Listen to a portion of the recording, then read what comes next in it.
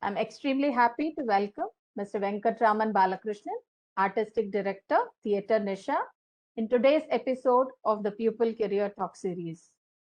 He's here to introduce us to the enlightening path of theatre and performance. A very warm welcome to you, sir. We're very happy and fortunate to have you with us today.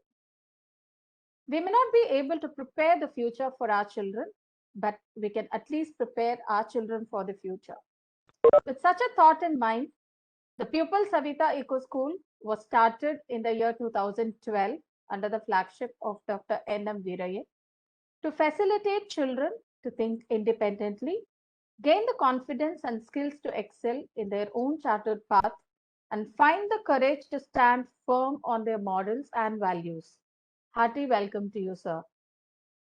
Our directors, Dr. Savita and Dr. Rajesh, understand that children of the 21st century stand at the threshold of ever evolving opportunities, technology, and social demands, and the need to equip them with the right knowledge, skills, and values that will enable them to adapt to any circumstance, face challenges head on, and continue to learn and grow throughout their lives.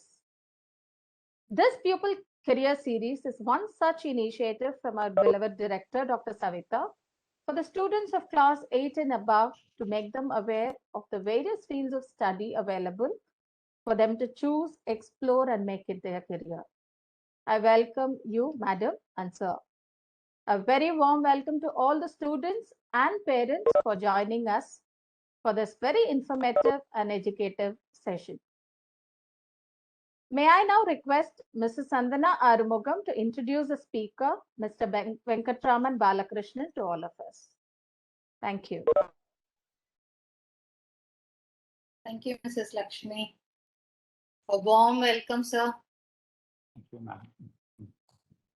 V. Balakrishnan, an alumnus of Sri Ram Center for Performing Arts, New Delhi, and the National School of Drama, New Delhi, is the founder and artistic director, Theatre Nisha, Chennai.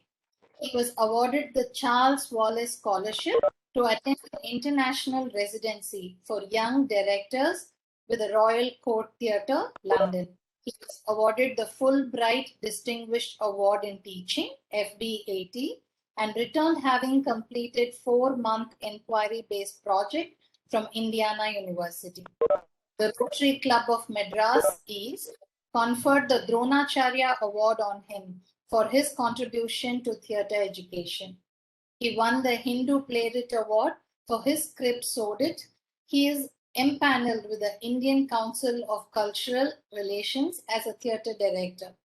Most recently, he was a fellow with the Arts of Good Fellowship organized by the Singapore International Foundation. Balakrishnan sir has worked on more than 200 plays with professional schools, institutions, and colleges. For us, he's more than an artist. He's a guru to all our children, an amazing human being, and a great archer. Welcome, sir. Thank you, ma'am. You see, it was the great archer thing which brought the maximum smile to my face.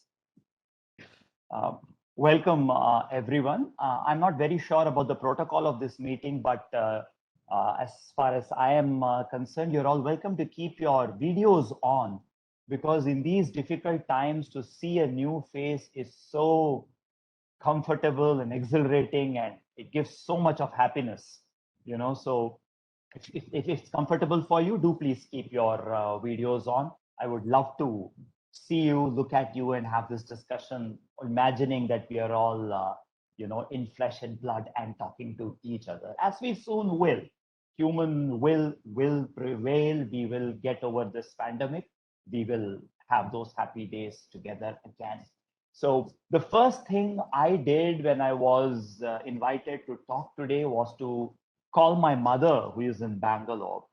She was a teacher for almost 37 years before she retired. And I gloated to her. Telling her that, guess what? A very, important school has called me to give a lecture on why theater is important and how theater can be a career. The reason being that when I was in school, we used to have these talks to let us know why we should avoid extracurricular work, why after ninth class we should stop indulging in dance, music, and acting and start paying attention to the board exams and start preparing for our medical and engineering entrances. And yeah, theater is good, but post ninth class, you better drop it. So it was very interesting to talk to a veteran teacher of those days and actually inform her that how times have changed. And why is it that in today's times, all visionaries, theater, education specialists are able to understand that theater should be an integral part, not just of a school's extracurricular activity, but of the curriculum itself. And today, when we are working with schools, we do deal with the IGCSE syllabus, the IB syllabus, the CBSE syllabus, which is on theater.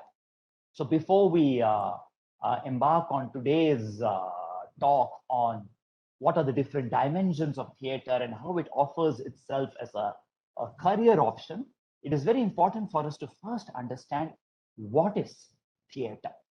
An average question asked to an average person in the glorious city of Chennai, what is theater? And mostly they will point you towards Devi Theater or Udayam Theater or Satyam Theater or some recording studio, and that's theater or theater as it is known, But the word theater by itself is derived from the Greek word theatron, which basically means to see.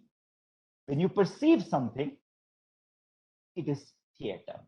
So if there is someone doing something, and if there is someone watching them do it, we have theater. So if I don't believe it happens in the pupil school, but if two students are fighting in the playground, and if there is another student watching them, we have theater.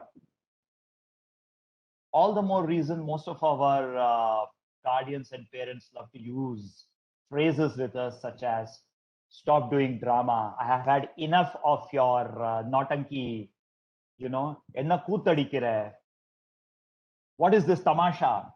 Tamasha, nautanki, drama, koot are all synonyms for the act of performance. It's all theater. When somebody is doing something and somebody is watching it. How old is theater? This is a very interesting question I love to ask in my classrooms. How old is theater? The honest answer is we don't know. We don't know because theater is so old that it's not possible for us to fix a particular time period for it. But we do know that cave paintings are almost 75,000 years old. We do know that archery is 75,000 years old, which also means theater is 75,000 years old. The reason why I'm drawing this anthropological conclusion is because it was hunting, the occupation of hunting and food gathering, which led to us creating this process of theater. The secret is theater is not an art. Theater is possibly not even a craft. Theater is present in our DNA. It is our way of evolving. We evolved because of theater. I will not go into the depths of what is it that exactly happened in the clusters of the food gathering communities, which led to the creation of theater. But I will tell you one thing, that theater is the singular cause of the reason why we are today present in what we call as a society. We identify a society, we identify a country, we identify a territory, we identify interpersonal relationships because of theater. If there is one thing that we all need to study primarily, it is theater. Everything else follows from that, not vice versa. So Theater, this concept of perceiving things is as old as when we human beings were evolving from being mere hunters and we started entering into the agricultural age, the age which also led to the creation of institutions, which led to the creation of the concept of a family, of a region, of various different kinds of ethos, laws, codes, and edicts. Today, if any one of you wants to figure out what is the Indian Penal Code, you can just, grab a copy of the IPC and read it and understand what is the IPC. Or if you want to understand what are the rules and regulations which the school follows, all you need to do is go to your school and pick up a charter and study it, and you know what are the rules and regulations of the school. If you need to understand how you should be disciplined or behave in your family, in your society, I think your grandparents and your parents give you enough lectures and lessons on that. But in the ancient society, the way laws, edicts, rules, regulations were followed was by storytelling. Stories were told in order to inculcate the understanding of how is it that a society should behave. That it has carried on to us till now. So if any one of you are readers of Amar Chitra Katha or some other kind of stories, you will know that the end of the story, there'll be something called as a moral. The entire story has been narrated in order to educate you about something. Storytelling was the first form of education. They came up in order to educate people. So you belong to this region. Before you, they are the people who lived in this region. Before you, your forefathers were so and so. This is how they worked. This is what they did. And hence now it is for you to carry on their work forward. Theater serves as the conduit of history. It serves as the passage by which we understand how we evolved, how we developed. If we were all to look at our own faces right now, I think we can if we have our cameras on, we will all note that our eyes are in front of our face, right? They are not present on the sides of our face as it is for rabbits, antelopes, deers. We have it right here. The reason? Human beings are predators. We were not prey.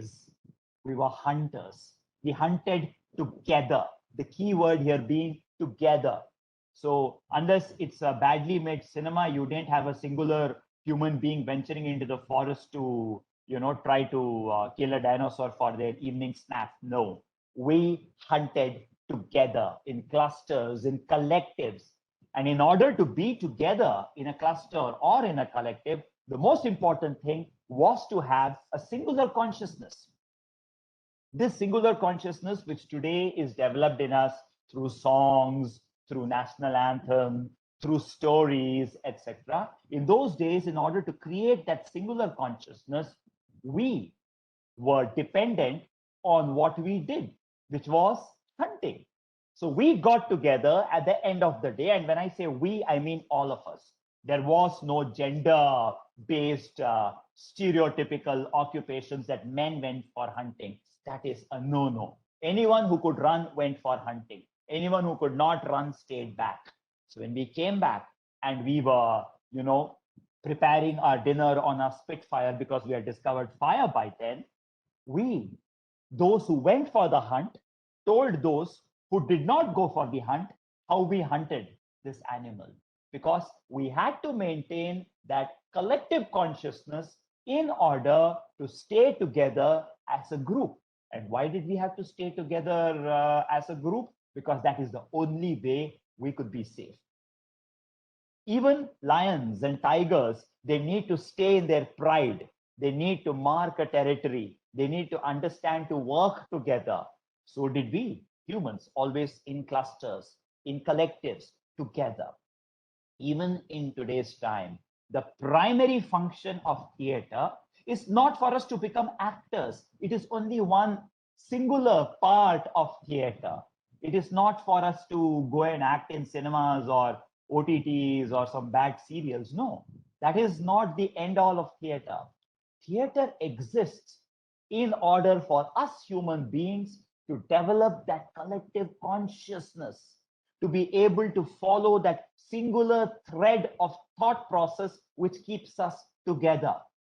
What happens when the singular thread of thought process breaks? We have what is known as anarchy. Every one of us saying, no, that is the way we will live. I will not live this way. I will not do this. Who said school should start at 8 a.m. in the morning? I want to go to a school that starts at 3:30 p.m. And who said that math has to be taught in school? No, we will enter into anarchy. That is why we developed and got together and created a small book of codes and said, hey, this is what we will do so that all of us together can evolve together. We can all work together to become more and more creative, participate more and more with nature, and ourselves enhance. That is the whole deal about evolution, right? From living in the forest and eating grubs and insects to developing our opposable thumbs, to standing up straight, to creating weapons, understanding the concept of fire, inventing the wheel. Till date, we evolve. We have evolved. And this evolution is possible only when we share narratives. We need to share narratives in order to evolve. These narratives could be of any sort. ನೀವು ಮಾತನಾಡುತ್ತಿರುವ ವ್ಯಕ್ತಿಯು ನಿಮ್ಮ ಕರೆಯನ್ನು hold ನಲ್ಲಿ ಇರಿಸಿದ್ದಾರೆ. ದಯವಿಟ್ಟು line ನಲ್ಲಿ ಇರಿ. आप जिस व्यक्ति से बात कर रहे हैं उन्होंने आपके कॉल को होल्ड पर रखा है. Oh, now I got it. I understand Hindi, but not what was said earlier. So that's something we are all used to. No problem. At least it didn't have the COVID message earlier saying that we are forbidding this war and vaccinations are available and everything's kosher. At least we didn't have that message, but we'll get there. Yeah.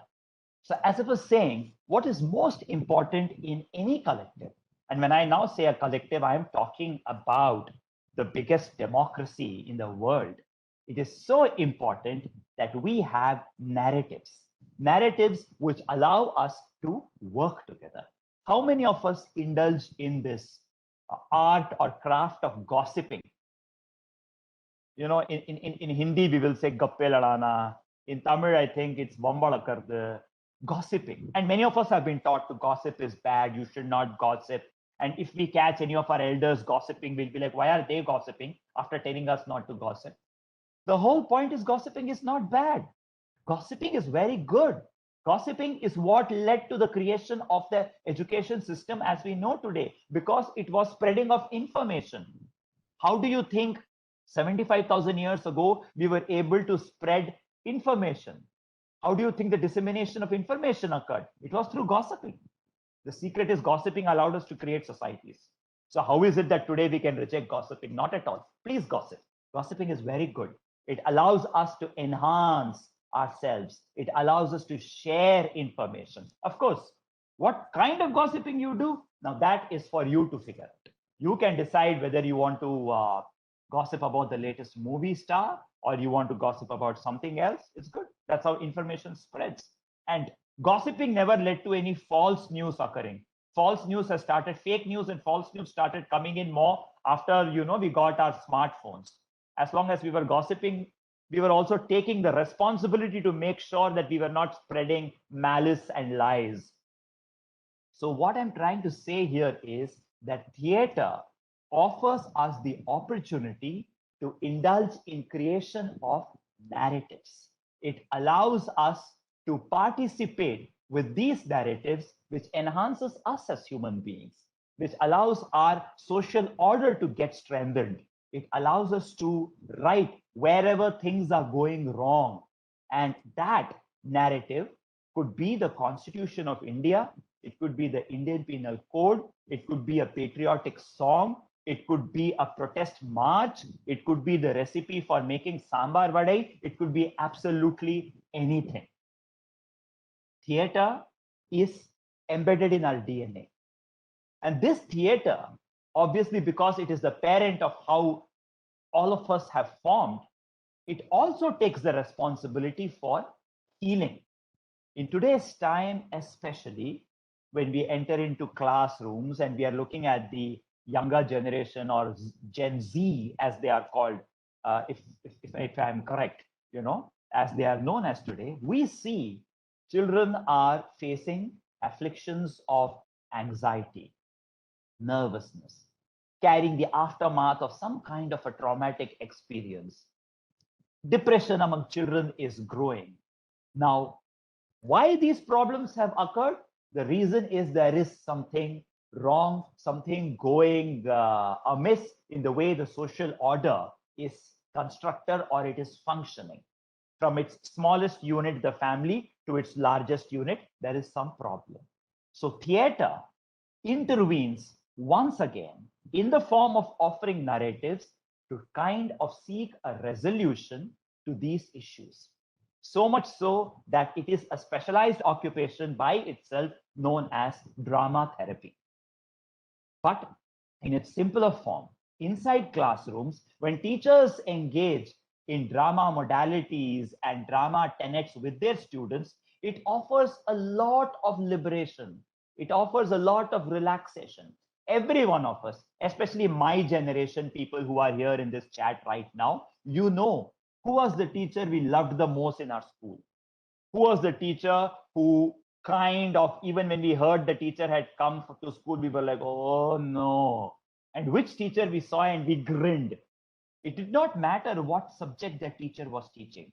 What mattered was what was the modalities that teacher was employing in order to teach.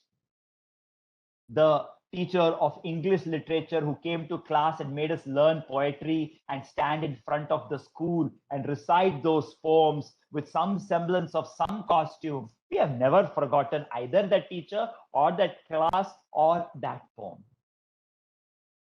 Even today, when I think back of my 5th class, it is so easy for me to immediately start, muttering to myself, Senior Antonio, many a times and often the Rialto, you have rated me about my monies and usances, and still have I borne it with a patient shrug, for sufferance is the badge of my tribe. Merchant of Venice, Shylock, was taught to me in 5th class when I did not even understand a word of it. But what happened? Those words stayed with me. When my mind was idle, I did not have some useless film song running through my mind. I had the words of William Shakespeare running through my mind. By the time I realized what is being talked about here, and Shylock is not actually a bad guy, etc., I was in 11th class or 12th class. But those words stayed with me. A narrative formed within me. The concept of understanding what a conflict is was formed in me. How did that happen? It happened because one teacher decided to go against the curriculum and do something what they felt was interesting in their class.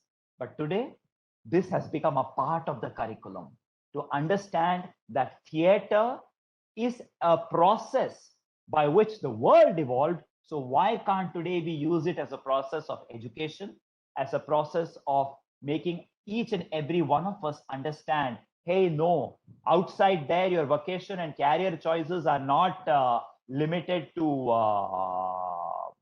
engineering or medicine or, engineering and medicine are great professions.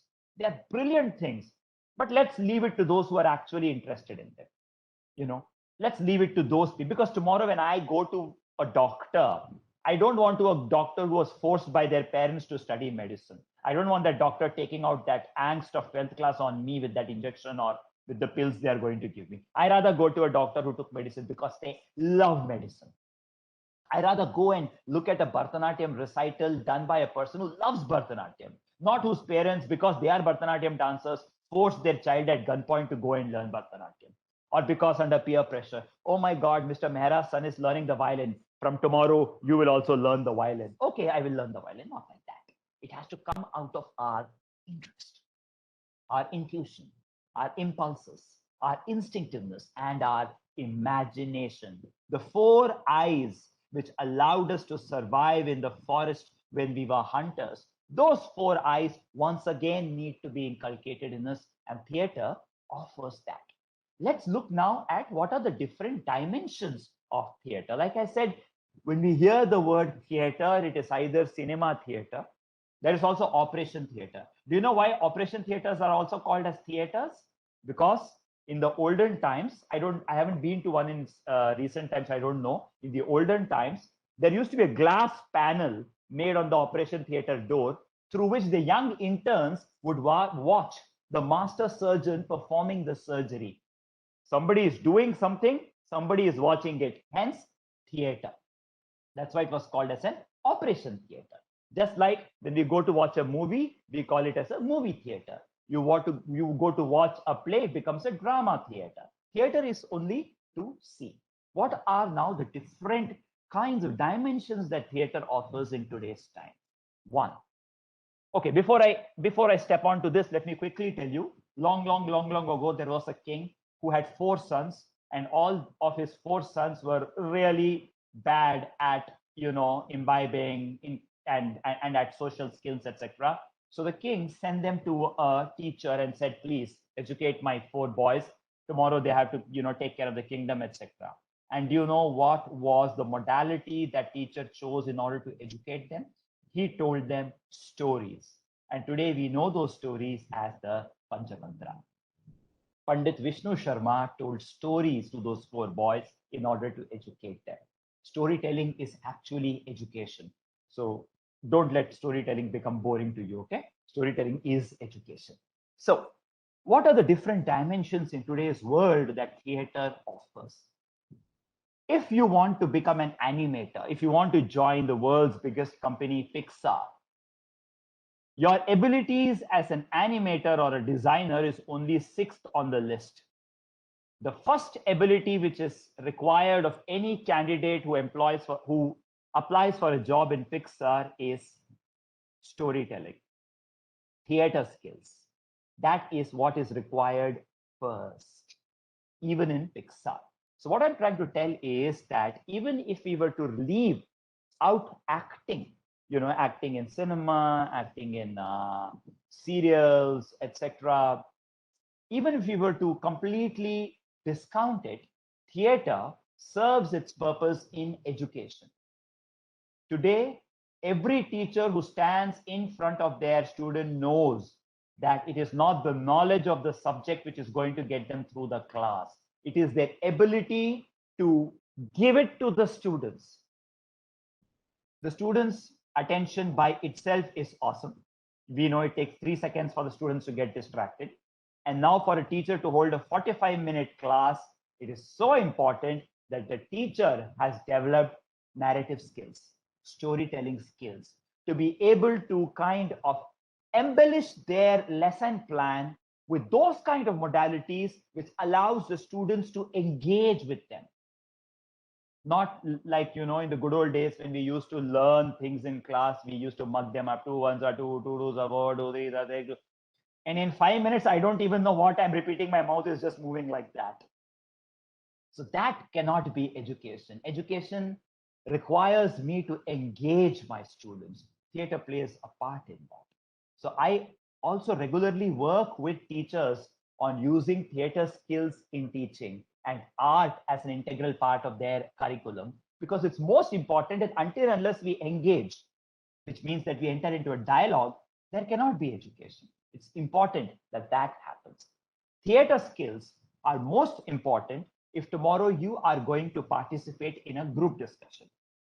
And where all do you need to participate in a group discussion? Literally any entrance exam you give, whether it be your IIMs or any other management thing, group discussions / interviews are present everywhere. And in today's time, in order to become an administrative officer, IAS, IPS, IFS, what is required is not the mere replication of the knowledge that you have stored in your brain. It is about how good is your personality? What is your personality about? Do you have it in you to stand in front of people and talk to them, lead them, guide them? Are you a mentor? Are you a teacher? Are you a guide? Now, how does one teach somebody to become a mentor or a guide or a teacher or a leader? It cannot be taught.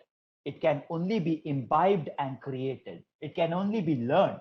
So what offers you a perspective to learn these things? It is theater. Why theater? Because in theater, we study about the conflicts that people face. We just don't study about some victorious saga. We understand how things happen. We understand the conflict. We understand the obstacles they faced. We realize what were the stakes that were in play when something needed to be done. What is it that happened finally with them? When we understand so much of it through theater, we have not only understood history, we have also understood how human psychology works. We have understood interpersonal relationships, and we have understood how to deal with a particular kind of conflict. I can also be a little banal about this and tell you that, okay, as students of theater tomorrow, you can go for, editing, you can go for cinematography, you can go for, voice culture, you can go for acting, you can do your master's in lighting design and become an uber cool lighting person who is lighting dancers, musicals, etc. You could become a sound engineer, you could become a photographer. I mean, those could be the banal things any one of us can Google and figure out what all you can do once you have done your theater arts. But what lies underneath the unsaid, the sub aspect of theater is it allows us to indulge in a singular stream of consciousness. It allows us to understand how to resolve conflicts. And even if you become an IAS officer and an IPS officer, you're not going to be of much use unless you understand how to resolve conflicts. Conflicts are not just around the dining table during dinner time. Conflicts exist on a much larger scale in a country so wide as ours. Even today, when we read about the conflict between the Palestinians and the Israelites, when we talk about the Gaza conflict, when we read about the peace accord which was reached yesterday, we understand human spirit at play. What is it that we can do ourselves in order to make sure that once again we don't indulge in any kind of a war? Where do we get this from? This comes only when we understand human behavior with psychology, the political scenario, and what is the social context. And where all of these are present together, theater. And I'm not just gloating about the word theater, it is the building block on which society was formed. All of us like to take 3 seconds in the morning to decide what is it that I want to wear. Why? Why do we do that? End of the day, our moral conduct or social conduct only asks us to clothe ourselves, cover ourselves in a particular way. You can even wrap a pillowcase around you and you are done. Why is it that we take particular time to select what I want to wear? Why does that happen? Why is it that when you are getting your house repainted, there is almost an altercation in terms of whether I want turquoise blue or I want teal blue? Why does this happen? What makes you sit and watch a movie from start to finish and the other movie 2 minutes into it and you are like, blah, I don't want to watch this? What we need to understand here is that what is at work is our sensory perceptions. There are 5 of those. Unless you are Surya of Yarama River, then you have 7 of those. Otherwise, you only have 5. Yeah, we watch, we perceive. We have the olfactory, we have the auricular, we have the taste, we have the tactile. These 5, their enhancement leads to us being sensitive. And more sensitive our response to the things around us, we call it as being creative. The more creative, which means the more strongly we are responding to everything around us, makes us that much more present in the moment, be aware, be mindful, which leads to us being enhanced in terms of how we respond to things. It allows us to draw others into our own, if I may use a bigger word, aura, which allows us to create happier societies. We talk about children getting desensitized in today's time. If our sensory perceptions stop working, then we are losing the most basic cognitive skills which allowed us to evolve. Then we will plateau. There'll be no more evolution. And what leads to the enhancement of sensory perceptions? What is that place where you get a visual treat, an auricular treat, What is that place? Once again, it is the theater. All of us love to listen to stories. All of us love to narrate stories. All of us love to participate in story making. Every child of the class is possible to participate in creating a story, which means the more we build on these embedded qualities of ours, the other aspects of education, which follows much later from this, we will be able to imbibe it like this. Unfortunately, somewhere we have been responsible for negating and discounting our sensory perceptions. We have felt it very important to tell the young ones, don't do this, don't do that, don't laugh loud, don't sit like this, don't. So somewhere where it started as discipline, it has gone overboard, and we have curtailed the instinctive creativity of our young ones. It is time that we unleash this power today. I am not talking about anarchy. I am not talking about indiscipline. I am talking about discipline. It requires discipline to be an artist. It requires discipline to be an actor. You cannot be an actor if you're not disciplined. Do you know how many books an average actor has to read in the first year of their graduation process? Almost 35 to 50. And you are expected to finish all of these. And these are not tiny books. These are all mammoth books. And reading is a process which an actor indulges in for the rest of their acting lives. They don't stop. They cannot stop. They have to do it. So if there is a craft which is going to make you read every day, speak every day, think every day, and use all those creative aspects in everything else you do, it can't be that bad, can it now? It has to be something which is extremely powerful, something which is empowering, and has the power to transform also. So theater has a lot of its dimensions. Those which you can Google and figure out are all your master degrees. You can go outside and study theater. I mean, my youngest student, Advita, is now in the UK, and she is doing her master's in acting at one of the most prestigious schools, which is the Royal Central. Another one of my students is studying drama therapy at the Royal Central. I have a student who has already become a drama therapist and is operating from the US. I have one who is a lighting designer in the US, once again in the Bay Area. These are the professions. I'm not going to talk about these. I'm talking about a more important, prolific, and powerful nature and use of theater, which is for individually each child, each person, each human, one to become liberated, which means we become intuitive, instinctive, imaginative, impulsive. We work with a sense of liberation. We work with our entire bodies and not just the mind. I call the mind as the clerical mind. All humans have two brains, proved by science recently also, which we knew for many, many years. This is one of them. This is your clerical brain. This takes care of all your math and your how much has to be paid to the vegetable vendor and how many liters of milk and cream is required to make a cake. This takes care of it. Your other brain is there near your navel area. It is also known as your gut. It is known by different names in different culture. So this is responsible for your emotional intelligence, your emotive behavior. And this brain also we need to develop very strongly. And this brain gets developed when we indulge with our sensory perceptions. So after you finish your 12th class, if you are wanting to go outside the country and pursue theater, you have venues both in the US, in the UK, in Singapore, lots of other places. I can even send you a list of all the schools.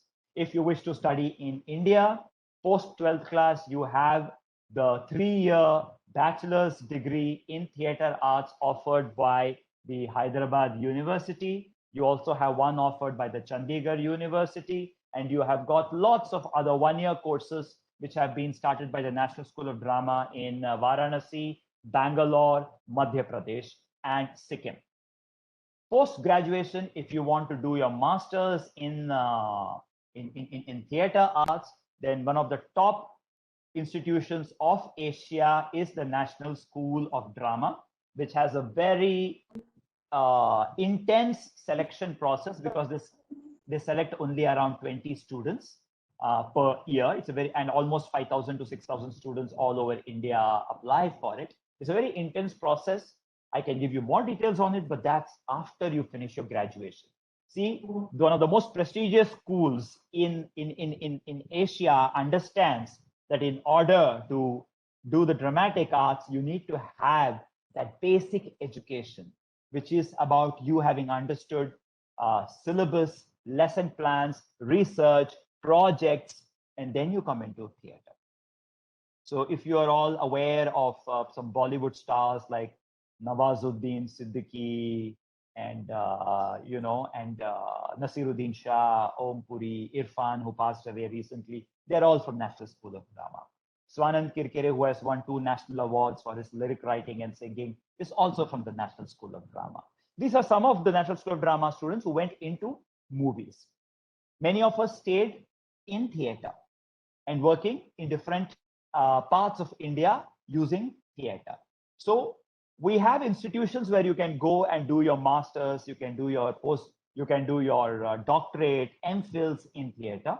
So just like any other subject, theater is out there to research. There are pedagogies, there is a praxis which you can develop for your own selves, etc. Do you know in which country and when was the first book on codified acting written? It was in India. It's called as the Natya Shastra, written between 3th century BC to 3rd century AD. I mean, historians slightly differ on when it was written. It is a Natya Shastra. The next codified book on writing would be written in the 20th century by Konstantin Stanislavski, called An Actor Prepares. So 3rd century BC, next book comes out only in the 20th century from Russia. Yeah. So the first book on acting was written in India. I mean, I think you're too young right now to go through the Natya Shastra, but later, when you develop a deeper interest, you have got lots of lovely books waiting for you to be imbibed. Natya Shastra, then you have the Abhinaya Darpana, and lots of other books. And we are talking about 3rd century BC. Have you heard of Chandragupta Maurya? 326, 324 BC. Yeah, Chandragupta Maurya, the founder of the Maurya dynasty, along with Chanakya. During his time, his minister, Chanakya Vishnugupta, he ordered all actors to stay out of the country's limits. They were not allowed inside the border of the country until and unless it was a festival. When they were escorted in, they performed, and then they were escorted out. Because he believed that actors have the power to topple governments. Because he himself had used 2 actors in order to break the Nanda dynasty. And he was scared that these actors can any day topple the government, because when an actor talks, people listen. And if people start listening to an actor, he can start taking them where they want. Interesting, right? So yes, so I'm going to kind of conclude what I'm going to say with just one tiny trivia from, again, I think 423 BC, a play called Oedipus Rex. Yeah, this was written by a playwright called Sophocles, and we're talking of a time when we used to have playwriting competitions. So 323 BC, 423 BC, we were having playwriting competitions, play competitions, and Best Actor awards. So the Oscars were really late on the scene, really, really late. So the first speech of Oedipus starts. Okay, I'm going to say this in Hindustani. It's okay if you don't understand, because it's a bit of trivia. So Oedipus comes in front of his people who are bemoaning, they're crying, and he says, Azizon, खानदाने Cadmus की बेल पर खिलने वाले नए फूलों, इस फरियाद का मकसद क्या है? ये शाख हैं, ये फूलों के हार, ये शहरों में फैला हुआ मुकद्दस धुआं, ये दुख दर्द को दूर करने वाली दुआएं, ये खरबोयास को गममाजी करने वाली चीखें किस लिए? What he's saying, what he's telling them is, Why have you people of my country come today complaining that some pestilence is troubling you and people are dying and no amount of prayer or medicine is helping you? What is it that you want me to do? It just reminded me of the present time in which we are living. 423 BC, Sophocles writes about a pest, a plague, which is destroying the country. 2021, we are talking about the same thing.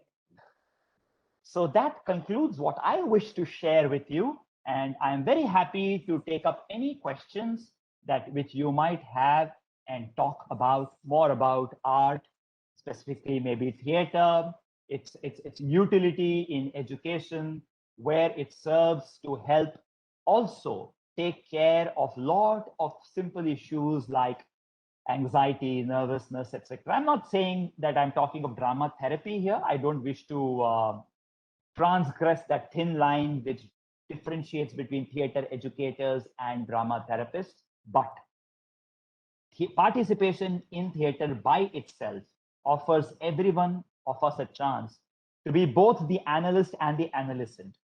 You yourself have the problem somewhere within you, and you yourself also seek an objective resolution to it. That's what theater does. That objectivity which it gives us frees us. And when we are free, the world is our oyster. We don't need to be told to do so.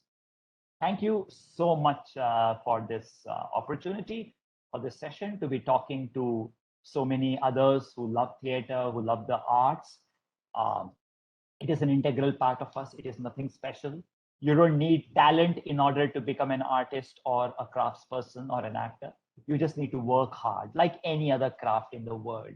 You need to spend time. You need to work with your hands and mind and guts and body. You become good at it. So thank you. Yeah, we are open for questions now.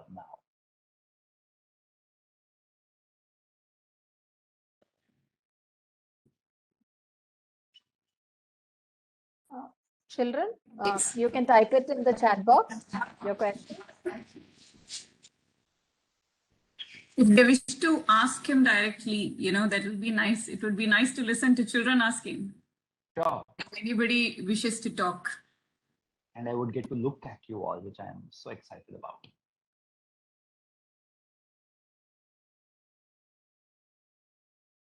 It's all right if there are no questions also. Absolutely no problem with that. We don't need to have a set of questions ready to be asked. Many times we would love to process what we have talked about. We process it. We will look at it.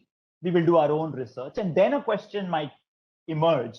And you can still send that question to me through Sangana ma'am, and I will answer you for sure. So don't worry. Even if there is something you wish to share about, something you wish to talk about, an experience, anything, we are all ears.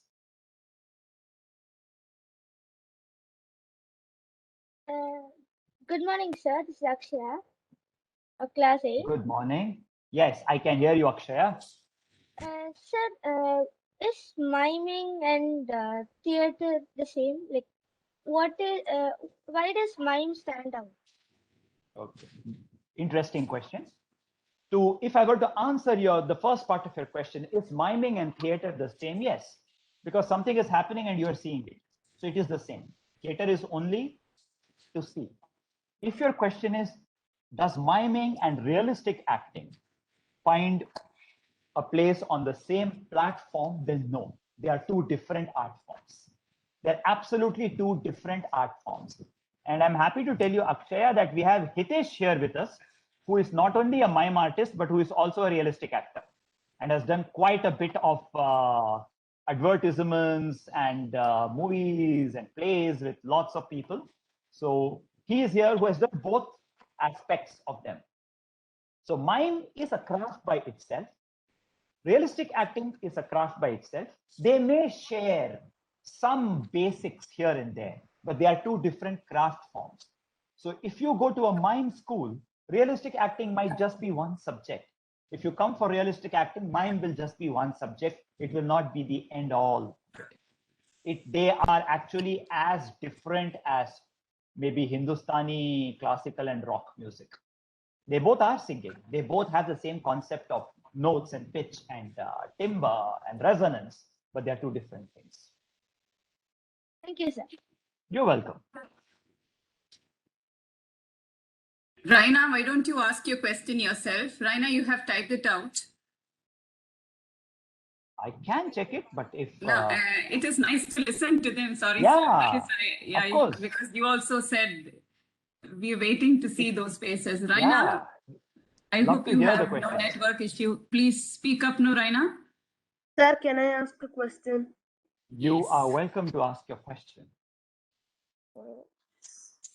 Sir, 1 minute, sir. I think I have some network issues on this. No problem. Take your time. Okay, Raina has typed out that his mic doesn't work.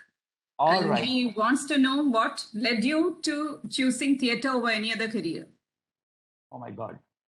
That's a huge story. So the short of the long is that I was actually preparing for my civil service exams. And it was around this time that I chose, when you're preparing for the civil service exams, you need to study a lot. You've got lots of books you're studying. So I wanted some mind diversion. So I joined an part-time evening acting course just to, chill out at the end of the day. But the part-time evening acting course transformed into a full-time acting career. And I said, bye-bye to the civil service. I never took the exam. I packed my books very neatly. I gave them to some other friend who was preparing with the same papers. I think it was public administration and economics, if I'm not mistaken. I gave them to a friend. I think he put it to good use. And I stepped into full-time. So why it happened is, I think, because I found my peace there. I found myself being who I am only when I was acting. It was not that I did not know the pros and cons of it. Civil service, government, money, power, acting, God knows what next. But I knew peace, happiness, myself, intuitive, none of that here. So I chose that.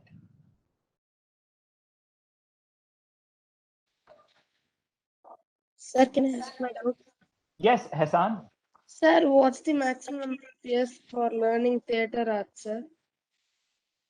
Maximum years. Like, you want to know how many years it will take you to learn the theatre arts? Yes, sir. Okay. I have to tell you a Zen story in order to answer your question. So there was this young acolyte who went to a Zen master. Neither are you the acolyte nor am I the master, by the way. Yeah. So the young acolyte went to the Zen master and he said, I want to learn Zen meditation. How much time will it take? The master said, 20 years.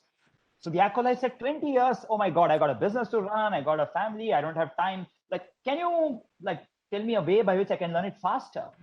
The master said, 30 years. He said, wait, I just asked you to tell me to do it in a faster way and you're saying 30 years. Master said, 50 years. So that is the same answer.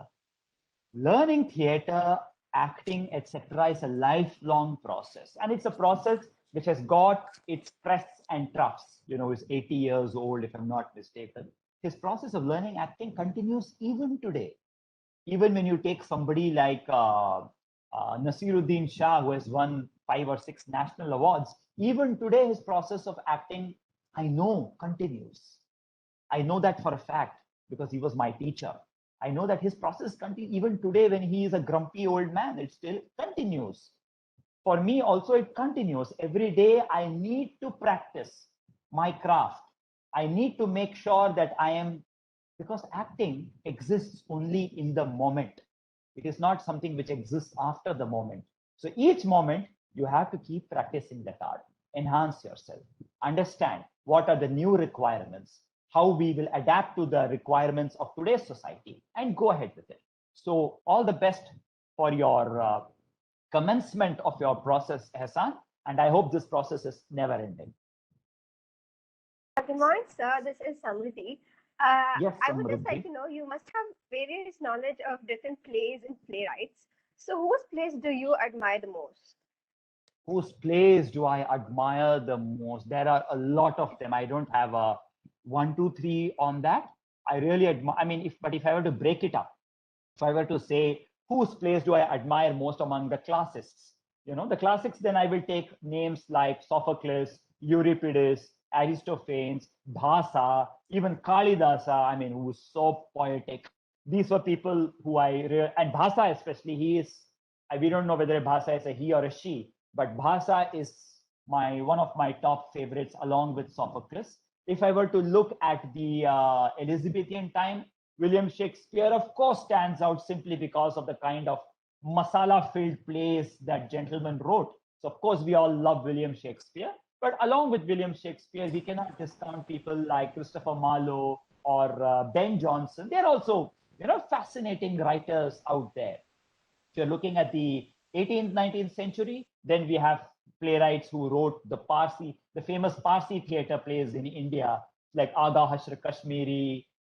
These are kind of playwrights, once again, you really love. If you're going to come to the modern times, you cannot in any way take your eyes off playwrights like Harold Pinter, Augustus Wilson, David Mamet, playwrights like Edward Albee, Dario Fo. So the list is never ending. And each one of them has written from such varied perspectives. Lorca, when you take a play by Lorca like Blood Wedding or The House of Bernarda Alba, once again, it's so much of magic. In today's time, the modern times, I admire people like Simon Stephens, who are alive out there and writing plays. I admire people like Carl Miller. I admire people, Carol Churchill. And Carol Churchill is such a fascinating playwright. And I had a chance to meet her once. And, when you have this image of a playwright, you're thinking about some really fancy person and all. And I meet this so beautiful, homely grandmother who is talking about her grandchildren. And she's like, I need to go home and my grandchildren, I'm going to, bake them this cake today. And you are like, oh my God, this is Carol Churchill, the writer of all those fantastic plays. So love them all, love all these playwrights. And I did not even take the names of playwrights of India, like Girish Karnad, Vijay Tendulkar, Satish Alekar, Mahesh Elkonchwar. These are playwrights one has just grown up with. Girish Karnad, for me, my theater group is like God. For us, Girish Karnad is like absolute, such a brilliant playwright. If you get an opportunity, you should all read these plays of Indian playwrights. They all wrote in their languages, mind you. So most of these people I have read in English, or maybe I have read them in Tamil, maybe like Indra Partha Sarathi, that is Aurangzeb and Pasi and Malai. So many playwrights out there, millions are there. So just grab any book of any playwright and start reading. Yeah. Thank you, sir. Thank you so much. Welcome, Samriddhi. Sir, I have a doubt, sir. Yes. Sir, I'm actually doing my engineering, sir. All right. Doing my EC. So, like, if I want to go into film line, will I be able to like continue in engineering, or like should I go to film school or something? You are studying engineering, right? Yeah. So my advice: finish your engineering. Okay, don't leave it halfway. First, finish your engineering. Get that engineering degree of yours, however unpalatable it might be, or maybe you love engineering, I don't know, but finish it. Post that, if you are interested in getting into the cinema field, start looking at it. But do understand that the film field, I apologize for that, my table lamps top fell down. Yeah. So understand that the dynamics of the film field are very different. Their requirements are different. So Nitin, if you want to get into the cinema field, my advice, start working on your physical body. Start learning dance, martial art, get into enhancing your voice, understand voice culture, start reading a lot of literature. If you are thinking of getting into the Tamil film industry, you better be very good at reading and writing Tamil. Okay, without knowing how to read and write Tamil, please don't attempt to get into cinema. And most important, read the classics. All of this will help you to be prepared for the film industry. Would you get a chance in the film industry? That is something which will totally depend upon the circumstances and that extremely esoteric word, destiny. But your job is to prepare yourself for the film industry. You do that. But finish your engineering and then get into it. But in terms of working on your body, reading books, improving your language skills, that is something which you can start right now. Okay, thank you, sir. You're welcome, Nitin. Sir, good morning, sir. This is Ria of class Yes. 8. Yes, I would Ria, like to good ask you a morning. question. Please. Sir, why is that parents never encourage their kids to step into cinema industry? I mean, now, of course, our teachers are very encouraging that they support us, they allow us to explore and choose a career. But then, of course, earlier, even now, people who are in industry, they say that, earlier they weren't supported by their parents to step into this field. Because parents do love you, Ria. They don't want to ever see you hurt. They don't ever want to see you sad. They don't ever want to see you not doing well in life, right? So all this love and nurturing, which they feel for you, that translates itself at times that, oh my God, if Ria gets into the films and it doesn't work out for her, she's going to be so disappointed. I don't want to see my kid disappointed. So then it falls upon you to kind of impress upon them, hey, it's my responsibility. It's my accountability. I won't get disappointed. Let me give it a shot. Fine. I don't get it. I get in the movies. I don't get what I want. That's okay. I would have still tried. Let me do that. So when you can impress upon them that you are a responsible person, you are an accountable person, they will also feel more confident about it. The other reason is before the 2000s, I would even say before 2010, the film industry was not considered an industry per se. So there was no rules and regulations which were running in it. It was not that Ria is talented, so she will get work. No. It works through a lot of partisan issues. It works through a lot of nepotism. So the actor's son or their daughter coming in. It works through a lot of politics and other kind of things which are not comfortable. You see, we don't give our children life skills in that sense, right? We don't give you a knife and tell you to go into the forest and get your food. At the worst, we teach you how to operate a Swiggy or a Dunzo. That's the maximum we are ready to do for you to get your food. We are not giving you a knife in your hand. Somewhere I believe maybe it is time we started teaching our children that also, so that they can protect themselves in the outside world. So the reason why parents have a problem with it is, one, it is pressure of society. There is social pressure, there is peer pressure. Tomorrow they are also scared. They will go to a party and Mr. Mehta might come and say, oh, my son just got into Berkeley's and is going to do this. What's your child doing? What's Riva doing? And then your parents have to go, oh, Ria is trying for jobs in the serial industry. So there is a certain snob appeal also attached to it, which we will not deny. It happens. We all want to say, oh, Ria is going to this school. Ria is learning this. She's so good with the violin. There is a lot of pressure on parents. So let's not be too tough on parents. Yeah. There is a lot of peer pressure on all of us to say, so what is your daughter doing? What's your son doing? They're not doing anything. They like to get up in the morning, have their breakfast, enjoy a bit of Netflix, a gentle snooze, get up, have their tea, some more Amazon Prime, then dinner and go to sleep. We don't like to say that. So that is where the problem lies. But the good news is that the film industry today is an industry, which means you have access now to educated people who are ready to audition you before taking you into the movies, etc. Today you have something called as OTT. And this OTT platform has challenged the way the film industry stood. So today nepotism is being challenged. Any one of us can apply to a casting agency, go through an audition process, get casted in an OTT. So all that is getting broken, all those hegemonical structures, that hierarchical structures, they're all getting broken now. Okay, nobody's going to cast me, big deal. I will pick up my smartphone, I will shoot myself, I will make a video, I will edit it with software which is available free, I will release it on YouTube. Today you can release your own cinema on YouTube. And if it's really well made, trust me, it will get monetized. So today, the power is back in our hands. You don't have to sit and think of someone coming and giving you a chance. No. Today, you create that chance on your own. Take a nice script, select your friends, I mean, not now, let the pandemic get over. Select your friends, shoot a movie. All you need is a smartphone or an iPad. You can shoot a movie. Absolutely.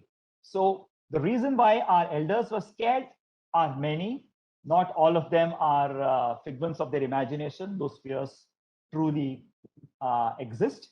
But in today's times, things are changing. Things are becoming more democratic. There is more power in the hand of us, those who wish to participate in these crafts, and you can happily do that. Sir? Thank you, sir. Thank you so much. You're welcome. Sir, I have Yes. a question. Yes. Do you travel a lot because of your job? Okay. Do I travel a lot? Yes, I do travel a lot because let's see, what are my travels like? So sometimes I get to participate with theater companies who are outside the country. So I was in South Korea for quite some time working with a theater company there where we were creating an Indo-Korean play. And then I have been to Singapore quite a number of times in order to work with classical dancers there, to participate with other theater educators and artists. I had traveled to the US on a Fulbright fellowship simply because I teach theater. The reason I went on a Fulbright fellowship is because I teach theater. Or I've been to the UK and worked with the Royal Court Theatre Company. Why? Because I do theater.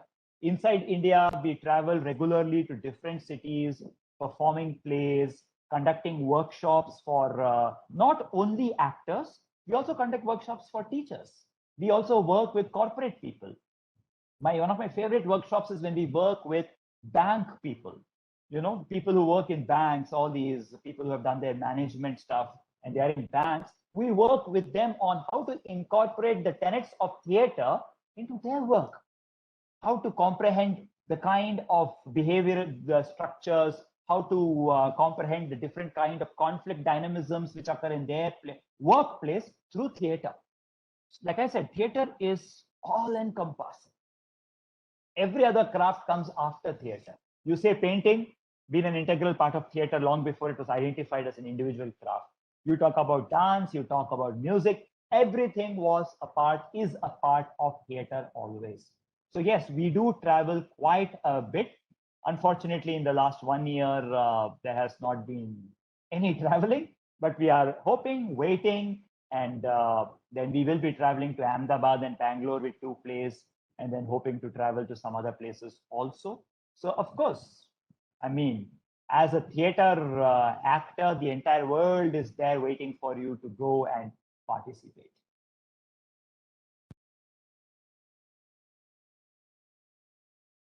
Okay, sir.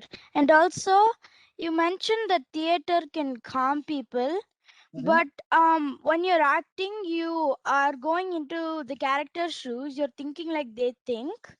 So then when you come back from that, but your mind will be still going on about what the character, how you're going to act tomorrow, or all that stress will still be there, right, sir?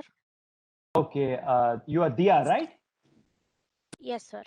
Okay, so Dia, it unfortunately falls outside the purview of today's webinar. But if ever I were to be there teaching you in your school, the first thing I would teach you is that you never get into the shoes of the character. An actor never becomes the character. An actor never gets into the skin of the character. An actor only facilitates okay, listen to this really carefully, okay? I'm giving you the entire secret of acting in one line. The actor only facilitates the creation of the illusion of the character in the minds of the audience. If there is anyone who creates the illusion of the character, it is the audience. The actor never does that. So if an actor does unfortunately fall under some psychological pressure and start behaving like a character or something, then they require help. They need help for sure, because an actor never, ever can become the character. Just like a carpenter can never, ever become the table they have created. Just like a house painter can never, ever become the turquoise blue on the wall that they have just painted. An actor never, ever can become anything beyond what they are and who they are. This comes under characterization in acting. Maybe if we ever do get a chance to meet, then we will talk about it. Also, in terms of theater education, characterization is something which comes much later. So I will not like to burden you with it as of today. Yeah. Yes, sir. Thank you, Dia. Sir, so the last question, sir. Yes, ma'am. Sure, sir. Absolutely. And so you have read lots of plays written by playwrights from all around the world. Out of all of them, within them, which tropes do you think are most overused? Can you repeat your question? I just got half of it where you asked me about having read plays of different playwrights. What is it that you want me to do after that? Out of all of those plays, which tropes do you think are most overused? Which what? I'm sorry, tropes. I didn't get that. Which tropes? Tropes. Which play are you saying has been maximum performed by different theater groups? No, sir. Like within the plays, there are tropes, like patterns that come within many plays.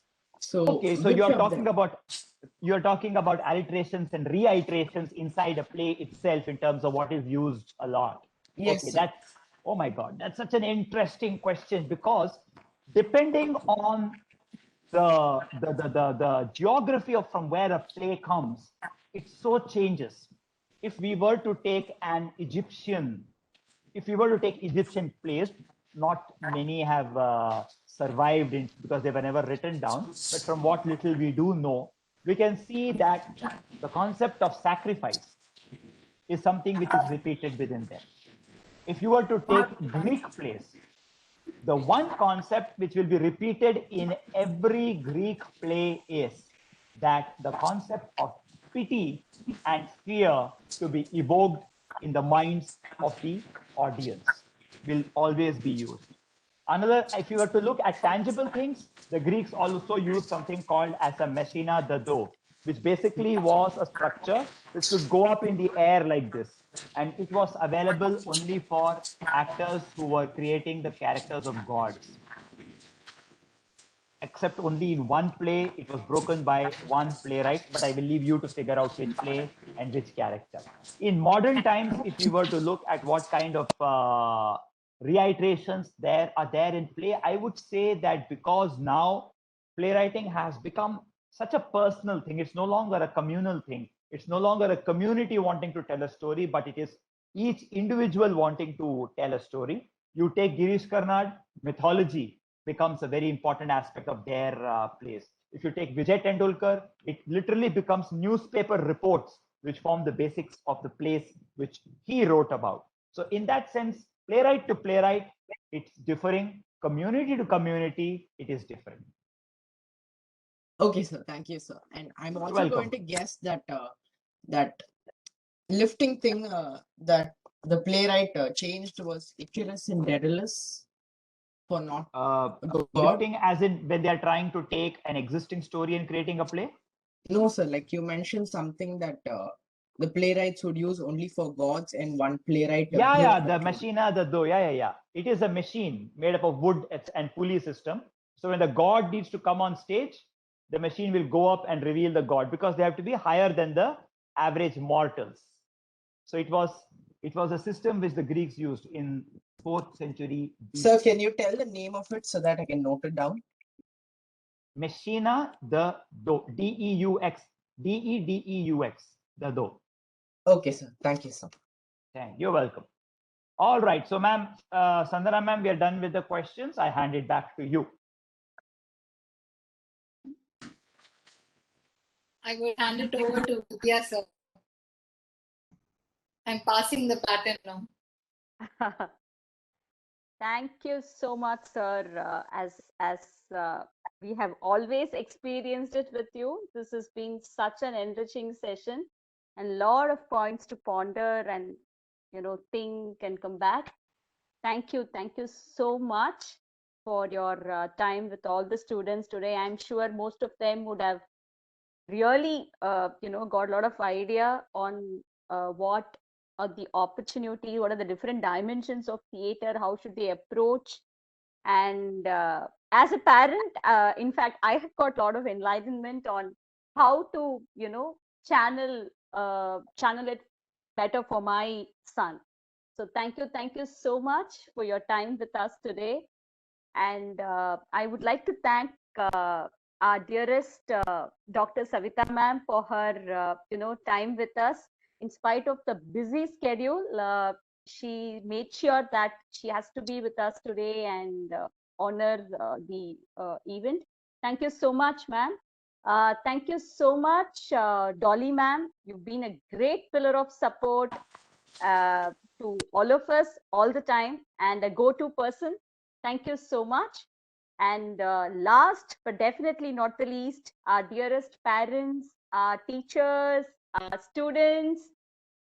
Thank you all so much for your time today. And I'm sure all of you would have got a lot of insights from Bala sir's session.